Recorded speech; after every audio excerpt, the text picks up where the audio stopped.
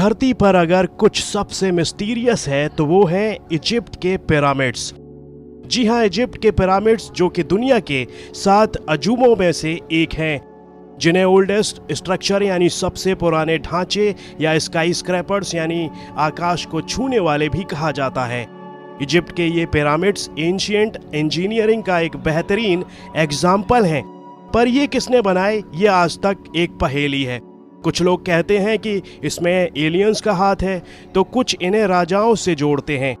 4000 साल पहले जब वहाँ इजिप्शियंस का राज चलता था, उस वक्त उन्होंने बहुत से खूबसूरत आर्ट वर्क्स का निर्माण किया।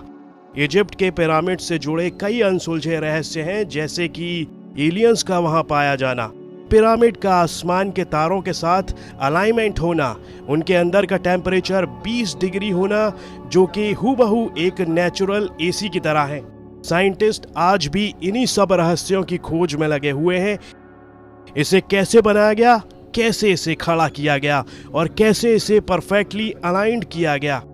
आज के समय में जब हमारे पास मशीन्स की ताकत है, उनसे भी हम 20 किलो से ज्यादा लिफ्ट नहीं कर सकते, और 4000 साल पहले बिना किसी मशीन या टेक्नोलॉजी के पिरामिड्स बनाने में उपयोगी पत्थर जिनका वजन 70,000 किलो था, और ये लाइमस्टोन जैसी ही किसी धातु से बने हैं जो वहां के अलावा धरती पर कहीं पाई नहीं गई। उनको ऊपर ले जाकर धरती का एक अजूबा खड़ा कर दिया। एक एक पिरामिड कम से कम 23 लाख लाइमस्टोन से बना है। इतना मुश्किल काम इंसानों के बस से बाहर है, पर ये अटकलें लगाई जाती हैं कि ये सारे रहस्य एलियंस से ही जुड़े हैं।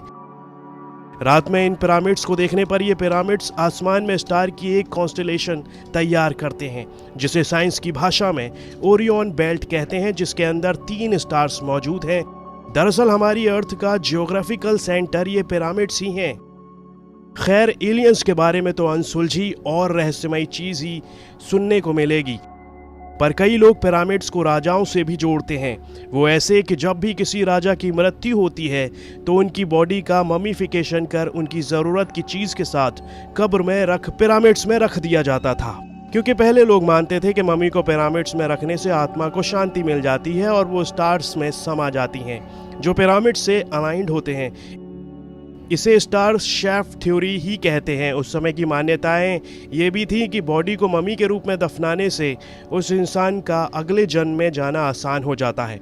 आज भी साइंटिस्ट पिरामिड्स के बारे में रिसर्च कर ही रहे हैं, कुछ पता नहीं चल पा रहा। यहीं 4700 साल पहले इजिप्ट के राजा आनखेटन थे। उनका बेटा था तूतनखामन, जिसे 9 साल की उम्र में ही राजा बना दिया गया। उसने अपने पिता की गद्दी मिलने के बाद उसने सारे नियम बदलना शुरू किया। जैसे उन्होंने सूरज की जगह चांद का पूजन शुरू करवाया, चंद्र के खूब सारे मंदिर और इमारतें बनवाई। आखिर में 19 साल की उम्र में उनकी मृत्यु हो गई। हालांकि उनकी मौत की वजह कोई नहीं जानता।